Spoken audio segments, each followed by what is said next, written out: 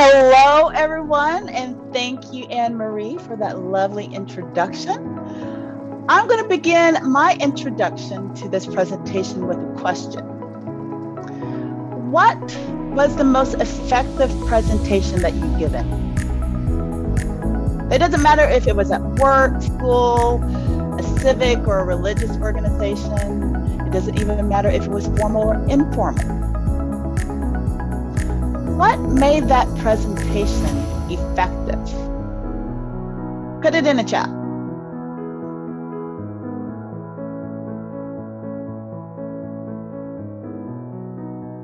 And it can be to someone who you work with. It could be to a friend, a family member. What made your presentation effective? I see that you were connecting with the audience, that you were prepared, that there was a clear call to action. As an auditor, my job is not to reconcile numbers. It's to convince executives as to why they should adopt my recommendations, despite knowing very little about the nuances of their operations. My recommendations, at least from the get-go, can oftentimes be ignored. They can be challenged. Sometimes they're even dismissed. But interestingly, despite how they're initially received, by the time I issue my report, most times those executives have reconsidered their positions. Now, it's not because I'm an artful lawyer, but I've been able to achieve success in making strategic, risk-oriented decisions to major organizations because I've picked up a few practical tips since I've been in Toastmasters around persuasive speaking. And that's what I like to focus on today. How to deliver a persuasive presentation without resorting to law and order tactics, okay? I am going to begin by discussing the attributes of a persuasive speech. Then I'm going to get into its non-negotiable content. And finally, I'm going to wrap it up with some resources and practical next steps that you can take after this presentation. So let's begin with the basics. There are 3 types of speeches, and each speech has unique attributes. In an informational speech, you're seeking to change a person's knowledge base by sharing a repository of facts and data. For example, if you selected a topic on healthy living, an informational speech may be to educate the audience on how to incorporate more fruits and vegetables into their diets. The audience doesn't resist the message, but they will reconsider their knowledge base on a topic. Lima did a pretty good job of that today in her speech. In an inspirational speech, you are seeking to use your influence to appeal to the audience's motives in hopes that they will reconsider their goals. If we use the topic of healthy living again, an inspirational speech on that topic could be to motivate you to run a 10K. But in a persuasive speech, you are stating a position on an issue that you want changed. And to invoke that change, you're not using facts, data, motives, feelings, but arguments to prompt a change in beliefs, not goals. And because you're looking to change a person's beliefs, there's going to be some level of resistance at the end of the presentation. If you were persuading the audience to become a vegan, would you expect all of them to be on board at the jump? Mm-mm. And that's because changing someone's beliefs takes time. And that's why I don't get too excited when there's initial resistance in my audit presentations, because I know that they need time to digest what I'm saying and to understand the perspective that I'm coming from. So when you're giving a persuasive speech, keep in mind that your goal is to plant the seed of change, unlike an inspirational speech where the audience is ready to make a change that moment. For those of you who were at the last meeting, you heard Alvida's speech about dancing. Based upon this chart that's on your screen, what type of speech did she give? An inspirational, informational, or a persuasive speech? Drop your answers in the chat. We know that her speech was about dancing, but what type of speech did she give? I see inspirational. I see inspirational again. Anyone else feel differently? Alvida would be happy to hear because she wanted to give an inspirational speech. But her initial draft was that of an informational speech. Her delivered speech was somewhere in between. The body of her draft speech possessed some facts and data, but it wasn't enough to be effective. And when she got to her delivered speech, she had an inspirational message, but her body of her speech did not contain any appeals to the audience's motives about achieving a particular goal. And as a result, her message was lost. Her audience, including her evaluator, did not know if she was giving a speech about Eileen Kramer, whether she were persuading us to take up dancing, or inspiring us to change our outlooks on our lives. Now, Avita is perfectly okay with me discussing her speech from the last meeting, and I'm glad that she is because her experience is yours. Many of you are leaving your Toastmasters or work presentations feeling like your message is lost, just like Avita did at the last meeting.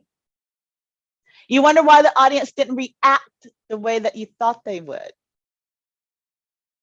And there's two reasons for that. First, you have not determined what type of speech that you're giving, and therefore you do not know the purpose of it. You know your topic, but you do not know the purpose of your speech.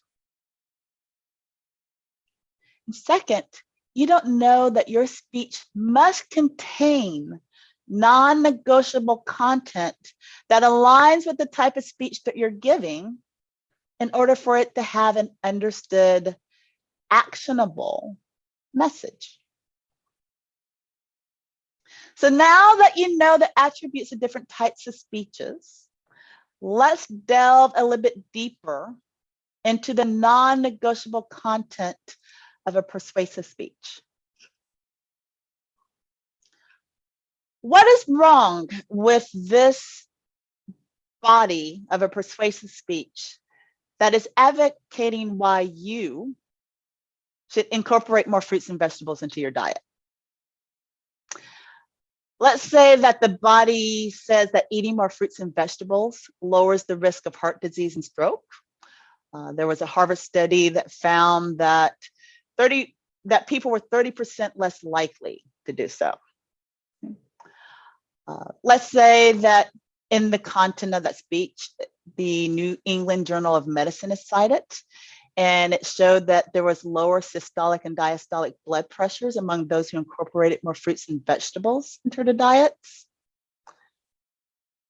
Let's say that the body of the speech says eating fruits and vegetables prevents cataracts and macular degeneration as you age.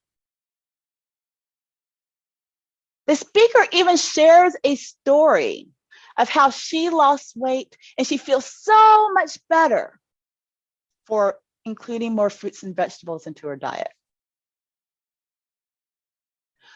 What is wrong with that persuasive speech? Any ideas? If you have any, drop them into the chat.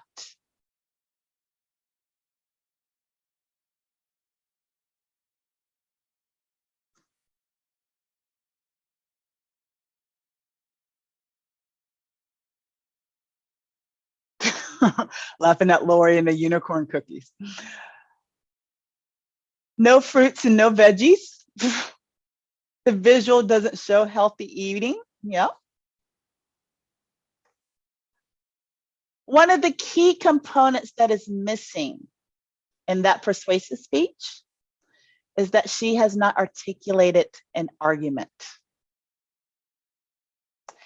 In a persuasive speech, data, stats, stories support your argument. They are not the chief talking points as they are in an informational speech. An argument in a persuasive speech advocating why you should eat more fruits and vegetables sounds something more like this. Eating fruits and vegetables improves your physical wellness. And in support of that argument, data and stats are presented. They lower the risk of heart disease and stroke. They lower blood pressure. They reduce the risk of cataracts and macular degeneration as you age. A second argument in that same speech could be, eating more fruits and vegetables improves your emotional and mental wellness. And in support of that argument, the speaker shares a story. When I made a conscious decision to incorporate more fruits and vegetables into my diet, it allowed me to refocus my priorities. I spent more time focusing on my health than focusing on other people. My personal reservoir was no longer running on empty. I felt so much better, and I lost weight. Do you see how I articulate an argument and then use facts and stories to support it? There are 3 techniques that I like to use to help me articulate an argument. First, write your argument out in one sentence and state it explicitly in your presentation. Have you ever gone to your supervisor about something that you wanted changed and you had this elaborate pitch, and at the end of it, your supervisor says, "So what do you want?" You can prevent that embarrassment by explicitly stating in one sentence what your argument is. Second, I like to use sidelines to bolster my arguments. Sidelines are devices that make your arguments more appealing. Data and stats are probably the most popular sideline devices. Why? As James Comey noted, facts are stubborn things. And thus they're extremely effective when you use them in persuasive speeches. Personally, I love the use of stories. Stories are universal and they're relatable. In my persuasive speech on the myth of the welfare queen last month, I used not only facts, but stories of family members, Linda Taylor, Ronald Reagan, to advocate why you should give the welfare queen in your life a break. The third technique I use is to state the counter argument to the argument and express sympathy or empathy over it. I try not to go into a single meeting with an executive without anticipating the counter arguments of my recommendations or even expressing empathy in the difficulty of implementing my recommendations. The counter argument should be set up exactly like the argument. You want to state it explicitly in one sentence, and then use a sideline to support your counter argument. If the argument was that eating fruits and vegetables improves your physical wellness, a counter argument of a person who's resisting that position may be, it's boring. Who wants to eat broccoli and celery all of the time? You counter that argument by stating, I too thought that eating fruits and vegetables was joyless. Empathy. Until I discovered delicious recipes that effortlessly incorporated fruits and vegetables into my diet. The counter argument. And then you whip out that sideline. It could be a visual aid of recipes that are dropped into the chat. Or perhaps if this is in an in-person meeting, you bring dishes for people to sample. Egg baked in avocado with pickled onion and tomato sauce. Chocolate and pear quesadillas. Grilled zucchini with lemon herb feta. That's how you entice them to your argument. Here's a bonus tip for you. If you find that you are having difficulties in whether you're stating an argument, ask what the counter argument to your argument is. If your argument is eating fruits and vegetables lowers the risk of heart disease and stroke, what is the counter argument to that? If it's difficult for you to articulate the counter argument, you've likely not stated an argument. You've likely stated the support to that argument. So how does this all look in practice? Pre-pandemic, I gave a speech to persuade people to take a CPR class. And this is the body of that persuasive speech. My first argument was that knowledge was power. I told the audience the story of Pamela Rousseau, who had to pull over to the side of a highway to administer CPR to her 5-month-old nephew. I presented the counter argument that this was some sort of exceptional case and that somebody nearby would know exactly what to do by stating facts. That 70% of Americans don't know how to administer CPR, and that the majority of cardiac arrests occur within 5 miles of someone's home. So oftentimes, you're administering CPR to a loved one or a friend rather than a stranger. My second argument was that it was effective. To support that argument, I told the story of how 20 people took turns for 96 minutes administering CPR to a man in a small town in Minnesota. And they did that because they were quite a bit away from the local hospital, and a helicopter had to come and take him to the hospital. I countered that argument that possibly it was just lucky circumstance that the man found himself in by educating the audience on the significance of administering CPR. A University of Arizona College of Medicine study found that one survival rate doubles when CPR is administered immediately and without breaks, and triples when an actual defibrillator is used. Sidelines are really important, and they really do make or break a persuasive speech. Because of the stories and the data that I cited in my CPR speech, there were 2 people in my audience that night who actually went out to learn CPR. That's what a sideline can do for you. If you watched the September 11th Captivating an Audience educational session, You'll discover a plethora of other devices that you can use to attract your audience to your argument or your counter arguments. Hint, you can also use them to open and close your speeches. In fact, in that particular video, you will actually see how I opened my pitch using sidelines to entice people to take a CPR class.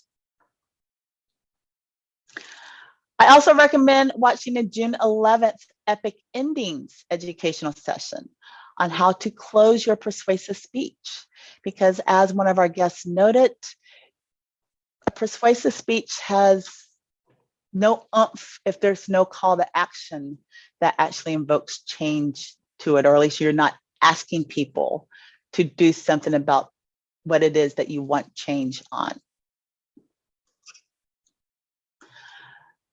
Here's my call to action on this presentation. First, set a goal to deliver a persuasive speech at your next opportunity.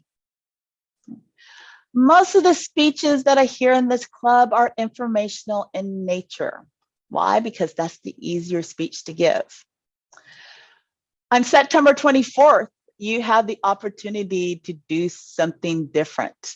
As Debbie noted in her speech, we're having a persuasive speech-a-thon. Your goal is to take what you learned in this presentation and apply it at the speech-a-thon.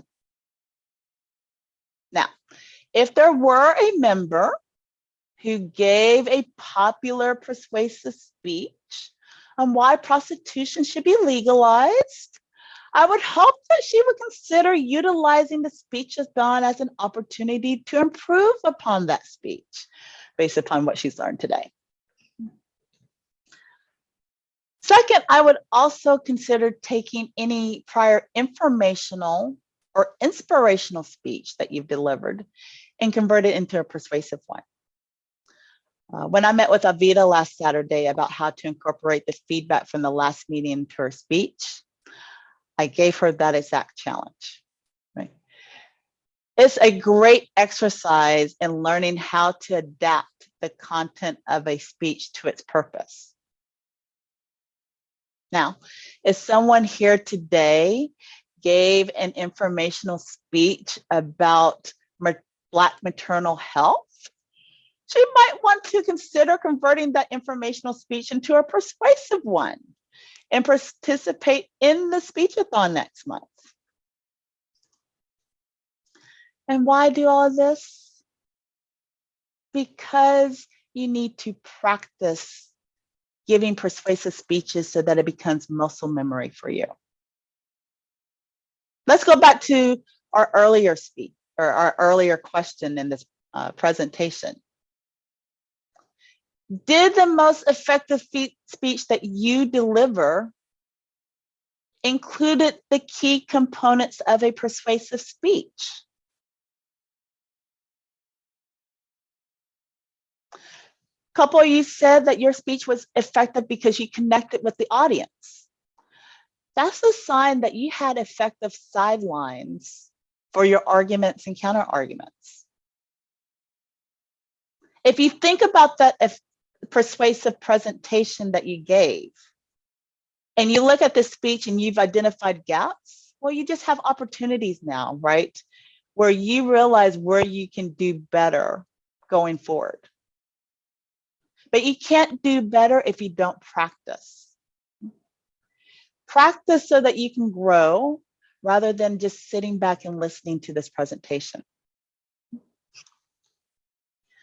So with that, I would like to thank you for listening and considering my thoughts today. I would like to use the remaining portion of my time to answer any questions or to help any of you construct arguments or counter arguments for a persuasive speech that you would like to give in the future. And with that, feel free to drop any questions that you have either in the chat, or you can take yourself off mute to ask your question.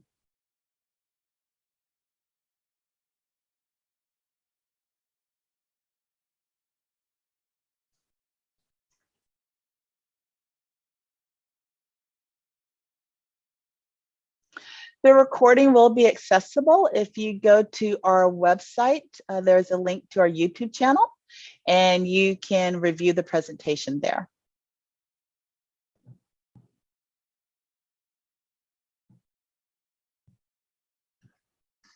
Hi, Lisa, I have a question. Yes. So, what if I know you had listed some controversial topics. What if you're giving a persuasive presentation in your work to persuade stakeholders who aren't on board fully, external stakeholders, and without making them upset or really like going against the politics in a certain project? For example, I do like health equity, and so I have some physicians who don't see the need for it. So do you have any tips on that? My first immediate tip is maybe talk to Lima. So she just gave a speech on health equity. In terms of a persuasive speech, when I find that it's an organizational presentation, it helps to go back to the mission of the organization. Oftentimes people feel like you don't understand their position, or it's an us versus them type of situation. And I find oftentimes in my audits, right, that people like to use as their argument, I don't understand their operations. And so the first thing that I try to do is find common ground. The common ground for most people is in the mission and values of the organization. So I usually start there.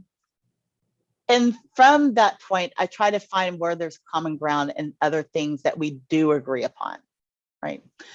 The more you can seem like you're not 18 million miles apart, the easier it will get them to focus on the one particular issue that you have at hand.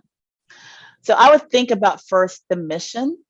What are the key words that's in that mission that you can incorporate into your argument or counter argument?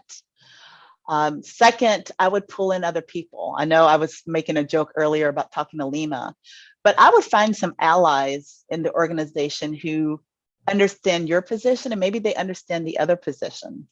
And they can help you to find language and words that you can use to craft the counter argument for those who is resisting the position.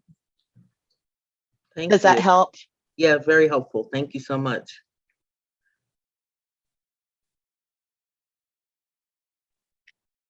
Hey, Lisa, this is Sue. I have a question. Yes. By the way, wonderful presentation.